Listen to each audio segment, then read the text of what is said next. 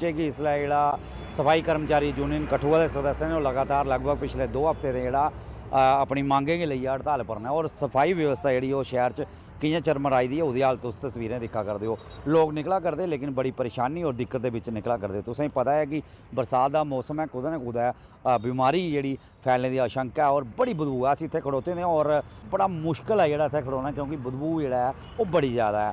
शहर च कई मीट्रिक टन जोड़ा वो कचरा है और रोज़ाना जोड़ा उतों निकलता है और उसी सफाई कर्मचारी जोड़े ने उतों चुक्कियै एक जगह पर पहुँचाते हैं ताकि शहर को दूर पहुँचाते हैं ताकि शहर के लोगों की दिक्कत नहीं आवे। और पिछले लगभग 2 हफ्ते को ज़्यादा समय हुई है अपनी मांगें गी लेइयै सफाई कर्मचारी यूनियन के सदस्य लगातार बैठे दे ने, परमानेंट किते जाने की गल करा करते हैं। जिसलै प्रदेश के विच सरकार नहीं है तां भी उनकी मंग चला करती ही। हुण प्रदेश के विच जिहड़ी है सरकार भी चुनोई दी, मंत्री भी बनी दे, लेकिन उनकी मंगां जिहड़ियां पूरी नहीं होआ करदियां। साढ़े कन्नै स्थानीय निवासी ने, सोशल वर्कर ने, एडवोकेट सुशील गुप्ता और कोई भी मौका होवे लोगों की दिक्कत परेशानी होन उस लिए अपनी गल रखते हैं। और कमेटी की गल म्यूनसिपल कौंसल की गल करिए तो बड़े सारे कानून के बारे भी ये जानकार ने, इन्हें पूछने हैं। सर कि'यां दिक्खा करदे हो जिहड़ी स्ट्राइक चला करदी किन्ना असर है आम लोगों पर? एक तो धन्यवाद डिवीजन 18 का कि वो समय समय पर जी ग्राउंड दी समस्या वो प्रशासन तक तो लोगों तक पहुँचाने का काम करते। इस वास्ते असीं थोड़ा धन्यवाद कर रहे हैं। जिथे तक संबंध है साढ़े सफाई कर्मचारियों का, सफाई कर्मचारी अज 2 हफ्ते तो ज़्यादा समय तो स्ट्राइक पर चली गए थे और उन्होंने अपना कामकार बंद कर दिता है।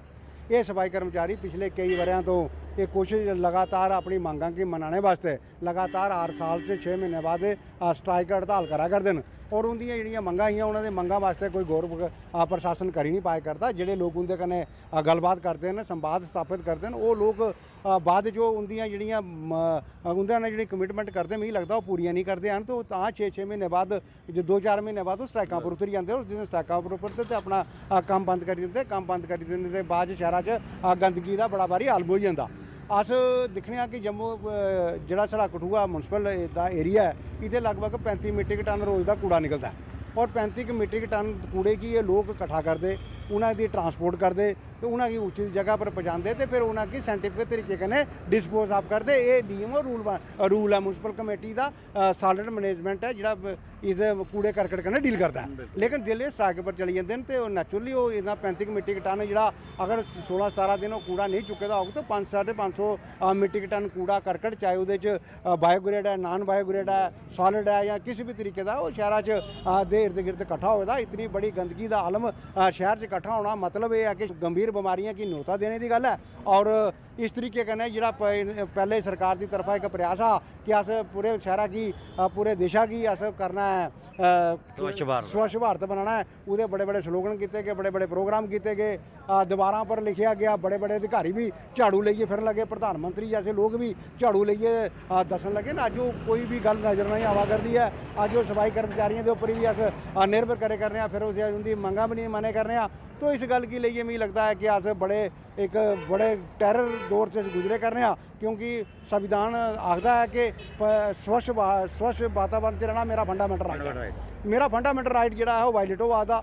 जिसले गंदगी पे करती है बाकी लोग हड़ताल करते हैं तो बिजली के कुछ कट लगी सकते हैं, कुछ पानी का बदल होता है। इंदा तो सारा सीधा सेहत कन्नै जुड़े दा है, बीमारियां की नौता है। तो प्रशासन और सरकार की चाहिए कि जल्दी को जल्दी इंदी समस्या इंदी जिहड़ियां भी समस्याओं का समाधान करे, इंदे कन्नै संवाद स्थापित करिए, इंदी जिहड़ी गल है गल मनी लैनी चाहिए है। पिछले दिन कोई डेली वेजर वेलफेयर एक्ट की भी गल रखी के हाजिर हुआ वो सर ये है कि अस कोई कानून बनाना चाहते हैं कि जिन इन्हें लोगों की जो डेली वेजर ने एक तो जम्मू कश्मीर से बड़े समय तो सरकारों ने बड़े सारे लोगों की डेली वेज के उपर इन्हें की अंगेज कर लिया और डेली वेजर अंगेज करिए इन्हें लोगों की मिनीमम जोड़ा मजदूरी है वो इन्हें की अंगेज किया है।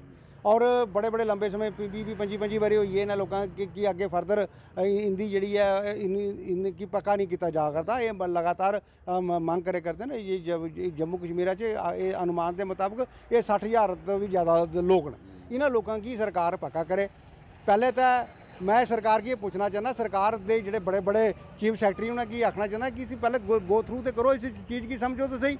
तुम रेगुलर काम किए ले सकते हो डेली वेजर को? केंद्र सरकार का सेंटर गौरमेंट का एक आर्डर है कि डेली वेजर जोड़े होंगे उन्हें किहड़ा काम दिता जाना चाहिए। दिले तुसी डेली वेजर को रेगुलर फिर तुसी रेगुलर नहीं करे करते हो, फिर तुसी उसी बराबर की तनख्वाह नहीं दे करते हो।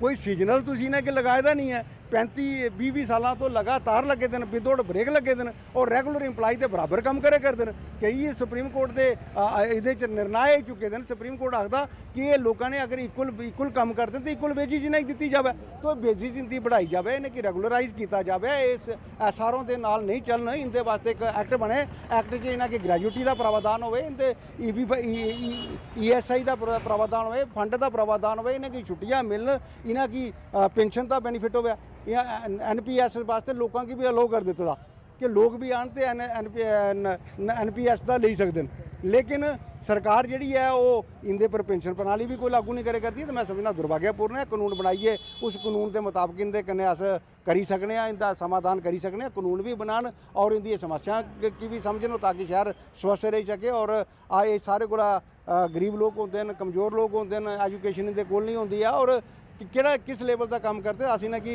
मदर ऑफ कठुआ भी आखी सकने, मदर ऑफ टोन भी आखी सकने कि माँ के समान साड़ा ये काम करते हैं। और सारे शहर का फर्ज बनता है कि इनकी जी मुश्किल आवा करती है, इन्हें जी तकलीफ आया करती है, सारे जन ये वास्ते कोशिश करन और ना कि इनकी जी भी समस्या समाधान हेतु एक प्रैशर बनान ताकि सरकार जी है जल्दी को जल्दी इनके बारे सोचे। तो तुम जोड़े लोग इनते लगे थे इनके अगर 68 चो 48 तुम अगर इन्हें की परमानेंट करते हो तो कोई वो तो पोस्टा वेकेंट पे दी इनके को सब कुछ पे था। तो मैं समझना कि सरकार जानी बूझी इनते लोगों की कन्ने शोषण करे करती है, इनकी एक्सप्लाइट करे करती है और सरकार और जी है ध्यान देवे और इन लोगों की समस्या का समाधान करे, शहर की स्वस्थ वातावरण बने और लोग जोड़े ना एक अच्छे वातावरण च रही सकन। और अगर वातावरण च नहीं रह सकते तो अस फिर दोबारा कोई इनके खिलाफ म्यूनसिपैलिटी के खिलाफ फिर दोबारा कोई पटिशन दायर करके पहले पटिशन दायर की तो 82,40,000 जुर्माना होया हा। उन्होंने इन्होंने जो लॉस किया पर्यावरण का उस पर इन्हें सैस लग्या।